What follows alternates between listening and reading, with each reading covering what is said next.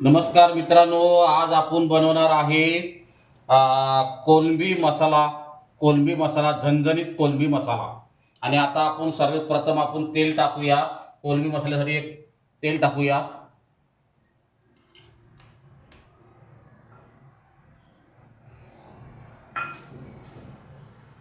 आणि सर्वात प्रथम आपण टाकूया जिरं.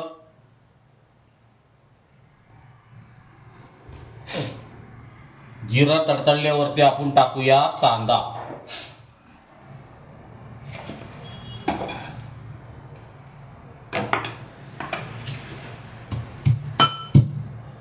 जिरं तडतडल्यावरती आपण टाकूया लसूण.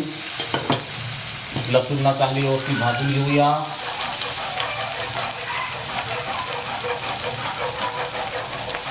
आता लसूण आपली चांगली भाजलेली आहे. आणि आता आपण टाकूया कांदा. आणि कांद्याला चांगला व्यवस्थित आपण भाजून घेऊ.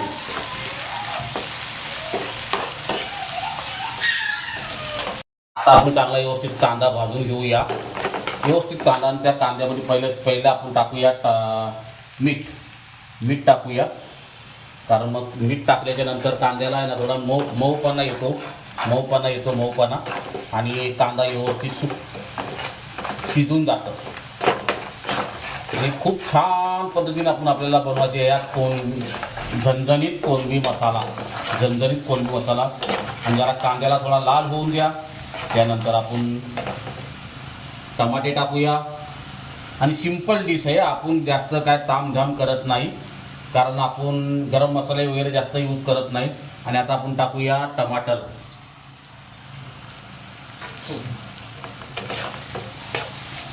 टाकूया.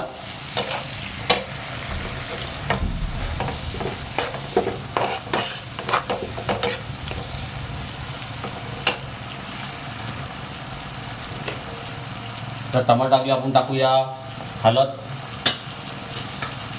धना पावडर, लाल मिरची पावडर,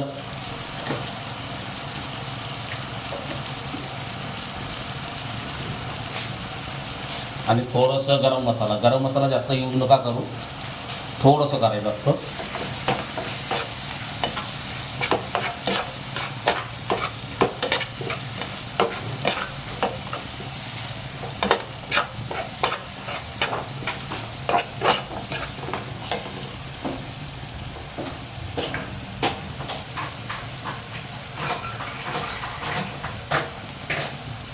आणि थोडंसं आपण टाकूया पाणी.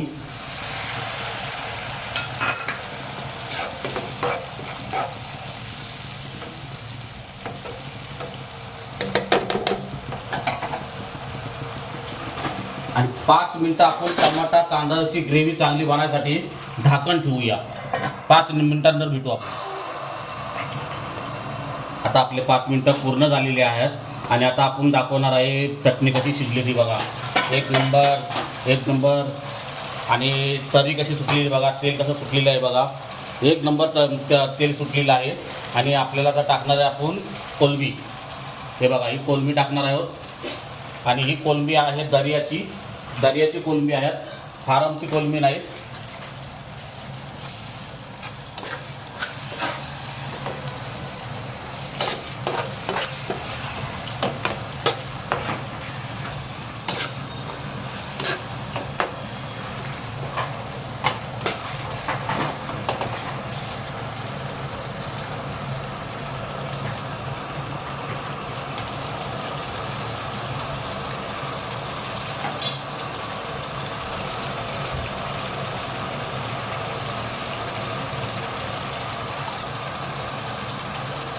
आणि आता आपण अजून 5 मिनिटं झाकून ठेवूया. नंतर मग आपण दाखवतो कशी कोलंबी झाली ती. आता आपला झणझणीत कोलंबी मसाला तयार झालेला आहे बघा. एकदम मस्त, एक नंबर क्वालिटी क्वांटिटी एक नंबर. आता आपण टाकूया कोथिंबीर. क्वालिटी आणि क्वांटिटी आरके भाई के पास ही है. और नवीन जर व्हिडिओ बघायचे असतील तर माझ्या व्हिडिओला सब करून ठेवा, जेणेकरून तुम्हाला माझे नवीन व्हिडिओ पाहायला भेटतील. आणि अशीच मी नवीन डिश तुमच्या समोर सादर करेन. आणि बघा, एक नंबर एक नंबर क्वालिटी झालेली आहे. क्वालिटी आणि क्वांटिटीमध्ये नादच खुला आर के भाईचा, क्वालिटी आणि क्वांटिटीमध्ये. जर माझे व्हिडिओ जर आवडले तर सब करून ठेवा, जेणेकारण माझे तुम्हाला नवीन व्हिडिओ पाहायला भेटतील. चव माझ्या महाराष्ट्राची.